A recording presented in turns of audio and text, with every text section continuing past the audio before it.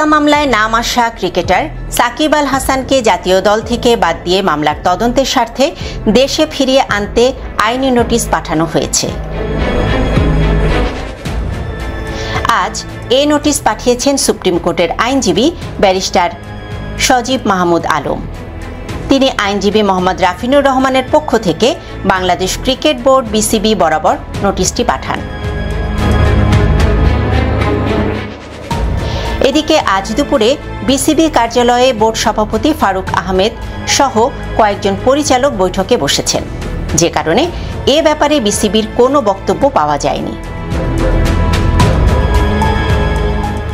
Notice প্রদানকারী আইনজীবী গণমাধ্যমকে জানিয়েছেন, সাকিবের নামে আগেও বহু অভিযোগ ছিল।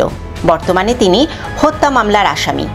ওই আইনজীবীর দাবি, আইসিসি ও বিসিবির দুর্নীতি বিরোধী কোডে বলা আছে, যখন পুলিশ কোনো অভিযোগ গ্রহণ করবে বা যখন কোনো ফৌজদারি অভিযোগ আসবে, তখন সে বিষয়টি সংশ্লিষ্ট বোর্ড বিবেচনা করে তাকে সাময়িকভাবে অপসারণ করতে পারে।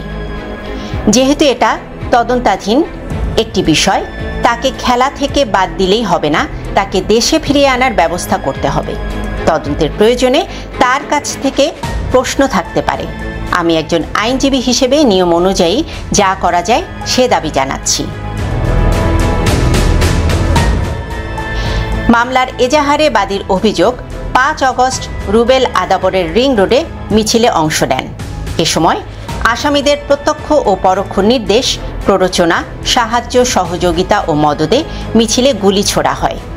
গুলিবিদ্ধ অবস্থায় রুবেলকে হাসপাতালে ভর্তি করা হলে চিকিৎসাধীন অবস্থায় 7 আগস্ট তিনি মারা যান।